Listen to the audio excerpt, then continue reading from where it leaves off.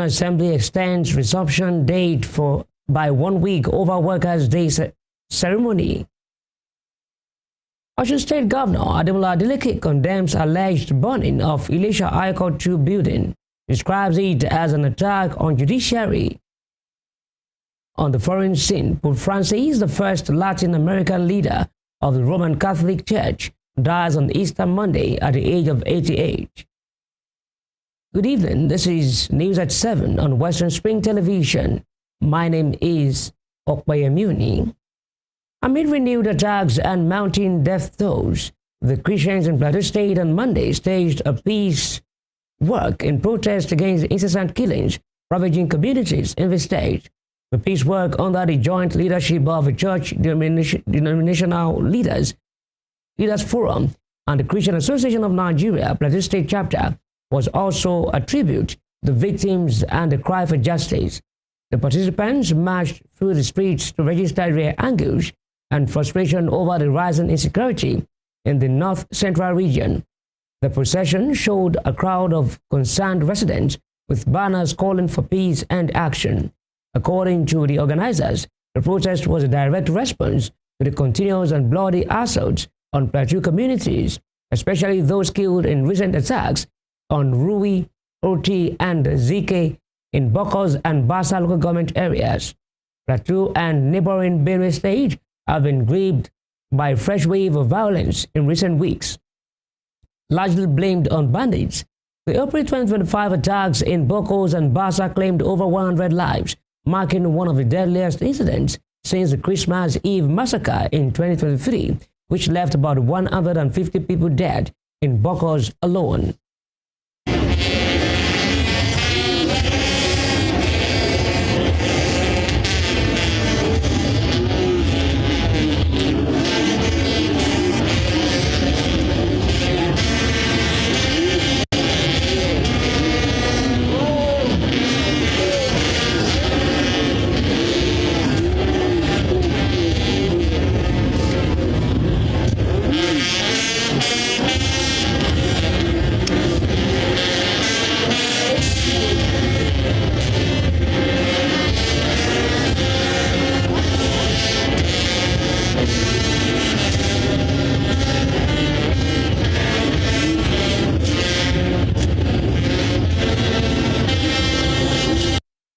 In the meantime, Benue State Governor Yasin Dalia has said the state is under siege and losing ground to armed Fulani herdsmen.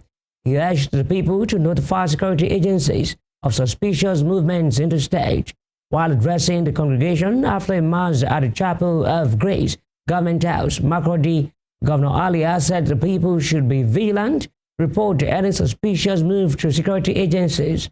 He said Benue State was under attack, and those who were attacking the state have a face and a mission to occupy the land. Governor Alia warned politicians who have taken advantage of the security situation to desist, saying it was not the time to do so.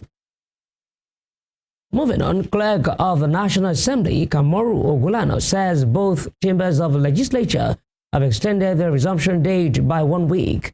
Senators and members of the House of Representatives began their latest recess on March 27 and were billed to return to legislative business on April 29. Ogulano, in a statement on Monday, said plenary in both chambers will now resume on May 6.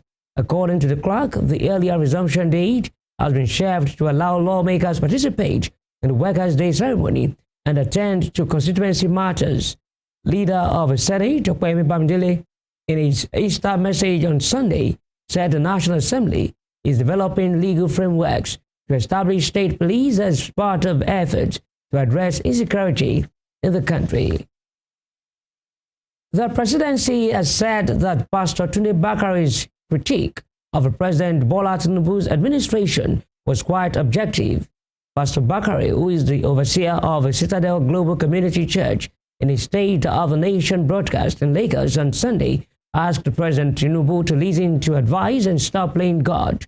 According to the cleric, the president should implement a coordinated program to steer Nigeria out of its current crisis.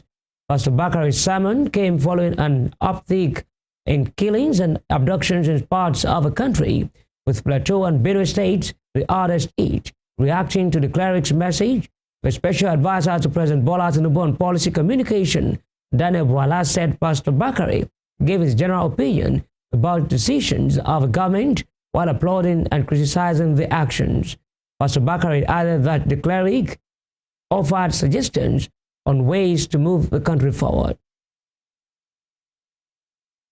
Fellow citizens, at the center of this political banditry is the motor park brand of politics, nurtured by the old brigade politicians and in recent times by President Bola Ahmed Tinubu. Mr. President, it is through your influence that the Nigerian National Assembly has become a haven for legislative rascality. Mr. President, it's under your watch that the National Assembly has become an extension of the executive, grossly violating the principles of separation of powers and rubber stamping the whims and caprices of your office, all while singing the international anthem of sycophants on your mandate we shall stand. Mr. President, thanks to your political machinations, Nigeria is now bedeviled by a captured National Assembly, the most ineffective in its checks and balances role since the start of the Fourth Republic. In 2006, the Fourth National Assembly had the audacity to reject the tenure exemption bid of a sitting president. In 2010, the Sixth National Assembly summoned the courage to stand against the power hijacking cabal and restore Nigeria to the path of constitutionality by invoking the doctrine of necessity.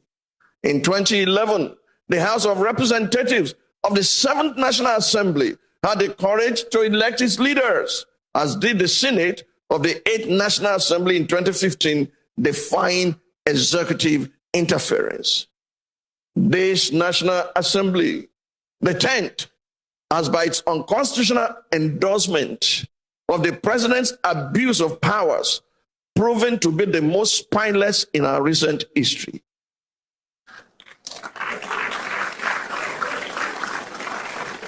Through its actions and inactions, the National Assembly has in effect become the 48th member of the president's cabinet.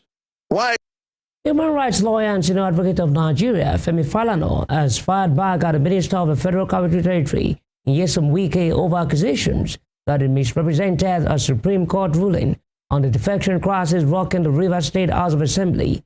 In a statement on Monday, Falana insisted he never lied about the Apex Court's decision, describing Wike's comments as a deliberate attempt to incite the judiciary against him. Falana noted that Wike renewed his attacks during the press conference in Abuja, accusing him of lying about the defection status of 27 lawmakers in Rivers State.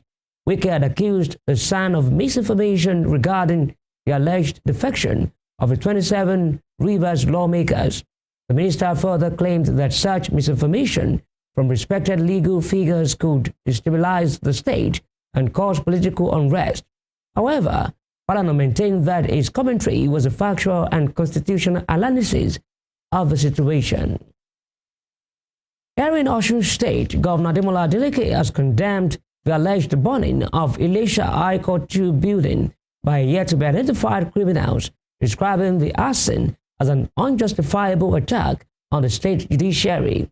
The incident, which occurred overnight, led to the destruction of a court-sensitive document and exhibits with the entire building, which were largely burnt to the ground. Reports also indicated that files relating to sensitive court cases were destroyed in the inferno. The State Fire Service was mobilized to the scene, but the damage was irreversible by the time of their arrival. Governor Adeleke, in a statement by spokesperson Olawale Rashid, on Monday directed a thorough investigation into the incident as well as beefing up security across all court premises within the state. Governor Adeleke, who described the attack as a threat to democracy, said the judiciary remains the stabilizer and critical arbiter of the democratic process, urging support rather than attack for the judiciary. The Osun State Police Command spokesperson Abiodun Jalabi confirmed the incident, but said information available to him indicated that it was only a toilet and the waters room that were affected in the fire. The Economic and Financial Crimes Commission (EFCC) has dismissed the claims that a defunct digital asset trading platform CBEX was registered with its Special Control Unit against money laundering scam. However, EFCC stated that ST Technologies are not CBEX registered with SCOMO, saying that the certificate did not imply clearance by the Commission. The clarification comes after Leslie Cassie Ovirisa, one of the victims of the CBEX Ponzi scheme, said she fell prey to CBEX after seeing and verifying its CSE and SCOMO certificate. In a post on its official handle on X on Monday, the FCC said the Commission is not a clearinghouse or regulatory authority of online businesses. It, however, said financial fraud of any kind is the remit of a commission, and it is committed to ensuring justice for victims of a CBEX crime. You are watching News at 7 on Western Spring Television. Still to come. Akwa Ibom State Police Command rescues 2-day-old baby, apprehend 2 traffickers. We'll bring you more on this when we return.